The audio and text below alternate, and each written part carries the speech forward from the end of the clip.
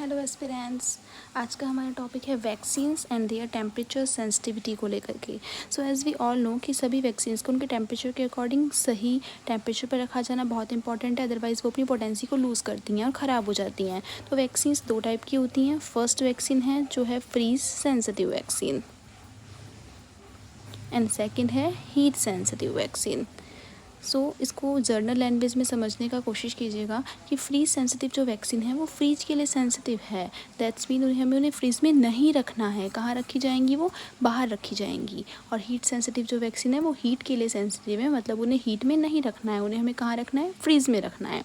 तो ऐसी वैक्सीन जिन्हें हमें फ्रीज में ही रखना है उनके अंदर सबसे फर्स्ट आती है हमारी OPV।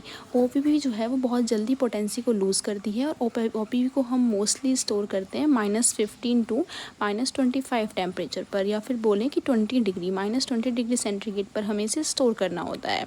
OPV के बाद में सेकंड नंबर पर है MMR। ये भी फ्रीज में स्टोर की जाती है। एंड देन हमारा आता है BCG, देन रोटा एंड देन JE। ओके, इसके लिए एक शॉर्ट ट्रिक अगर हम याद करें तो वो हो जाएगी OMG means O for OPV, M for MMR, G for BCG and R रोटा एंड JE। ओके, अब बात करते हैं फ्री सेंसिटिव वैक्सीन्स की। तो फ्री सेंसिटिव वैक्सीन्स वो वैक्सीन्स होती हैं जिन्हें हम फ्रीज में नहीं रख सकते हैं।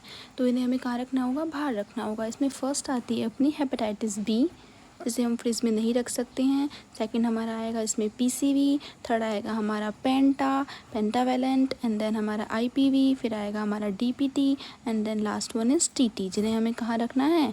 बाहर रखना है एनवायरनमेंट में। सो हमें इन सभी वैक्सीन्स के लिए जो कॉमन टेम्परेचर है वो अपना 2 to 8 डिग्री सेंटीग्रेड हम ILR में मेंटेन करेंगे। And then most important thing, आपको अगर कोई भी ओपन वायल पॉलिसी का मीनिंग, ओपन वायल पॉलिसी कौन कौन सी वैक्सीन्स फॉलो करती हैं, तो सभी वैक्सीन्स ओपन वायल पॉलिसी को फॉलो करेंगी, एक्सेप्ट कौन सी नहीं करेंगी। ओपन वायल पॉलिसी क्या होती है? पहले ये समझिएगा कि अगर कोई भी वैक्सीन ओपन हो गई है तो उसे हम 0 से लेकर 28 डेज तक यूज़ कर सकते हैं। बट कौन कौन सी वैक्सीन्स को हम यूज़ नहीं कर सकते हैं? वो है BCG, मीज़ल्स, JE एंड रोटा।